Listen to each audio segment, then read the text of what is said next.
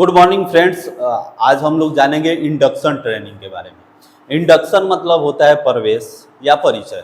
ठीक है, मतलब जब हम कहीं पे जाते हैं तो उसके बारे में जानते हैं, उसके बारे में परिचय करते हैं, यही होता है इंडक्शन ट्रेनिंग। आइए हम इसको डेफिनेशन के माध्यम से जानते हैं। Induction training is a process. Induction training क्या है? एक प्रोसेस है, एक प्रक्रिया है।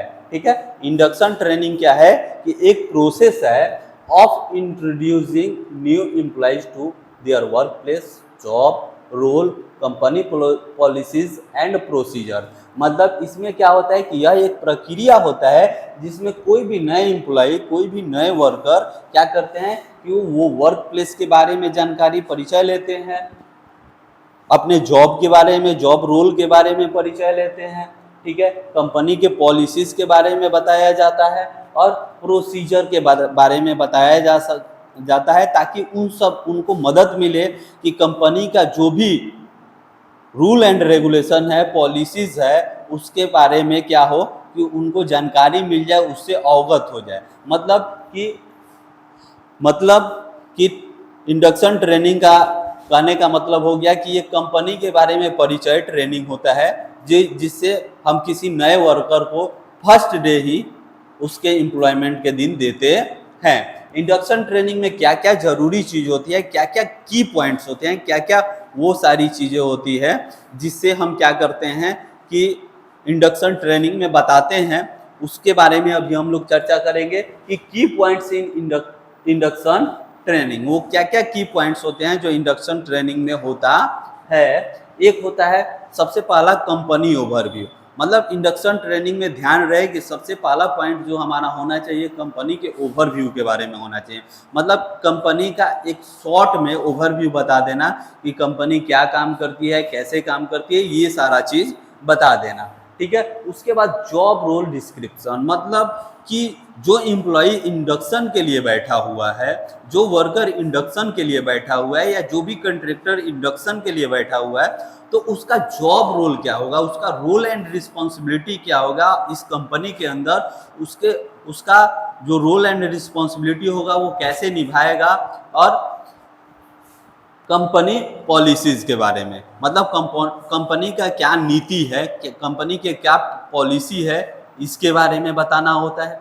ठीक है, उसके बाद आते हैं वर्क प्लेस ओरिएंटेशन। मतलब कि वर्क प्लेस का क्या, वर्क प्लेस पे कैसे कैसे नियम होंगे, कैसे, मतलब वर्क प्लेस के बारे में उनको परिचय करा देंगे कि ताकि वो वर्क प्लेस से संबंधित चीज़ों से वो क्या करे, उसके अनुकूल हो जाएं। ठीक है, उसके बाद इंट्रोडक्शन ऑफ कॉलेजियस, मतलब उनके जो सहकर्मी हैं, साथी हैं, मतलब जिस वर्क प्लेस पे वो काम करने जाएंगे उनसे आप क्या कीजिएगा, इंट्रोड्यूस कर दीजिएगा, ताकि जो भी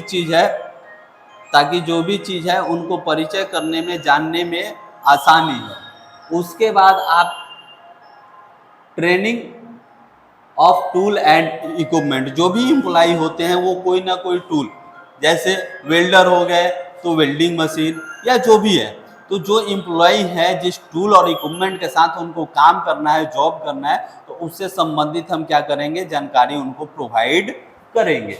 उसके बाद है बेनिफिट एंड कंपनसेशन, मतलब कि उसके बाद वहाँ पे काम करने से उनको क्या बेनिफिट होगा और क्या क्या गलती करेंगे तो उनको कंपनसेशन मतलब मुआवजा देना पड़ सकता है।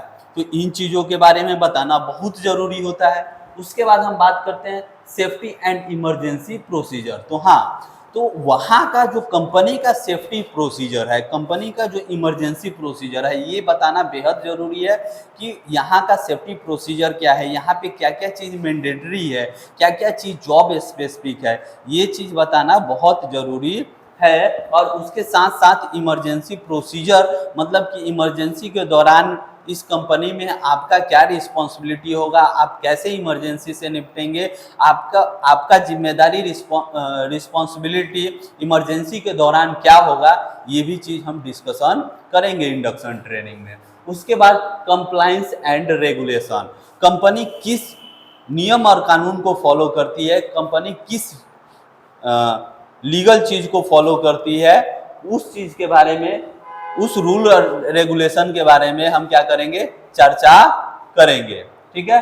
उसके बाद आते हैं कंपनी कल्चर, मतलब कंपनी में काम करने के लिए कल्चर क्या है, ठीक है। जैसे हम लोग बोलते हैं कि इस कंपनी में काम करने के लिए मैंडेटरी पीपीज 5 है, इस कंपनी में काम करने के लिए मैंडेटरी पीपीज 4 हैं, इसमें आपको हाफ बाजू टी शर्ट या ऐसा कुछ नहीं पहन के ना। तो जो भी कंपनी का कल्चर है कि आपको आते टाइम सबसे पहले जो भी है नशे वाले पदार्थ वो गेट से बाहर ही रहना चाहिए, नशा करके नहीं आना है, मतलब जो भी कंपनी का कल्चर है वो सारे चीज़ों के बारे में बताएंगे। उसके बाद फीडबैक एंड क्वेश्चन, किसी भी सिनेरियो में किसी भी ट्रेनिंग में feedback and question flow up, ये क्या होता है कि ये सबसे ज़रूरी चीज़ होता है, ताकि क्या हो कि हम जान सकें कि क्या जो मैंने समझाया वो अगले बंदे को समझ में आया कि नहीं आया, उनको कितना जानकारी प्राप्त हुआ। तो ये चीज़ बहुत ज़रूरी होता है कोई भी ट्रेनिंग और कोई भी आप मीटिंग करते हैं या डिस्कशन करते हैं इसके लिए।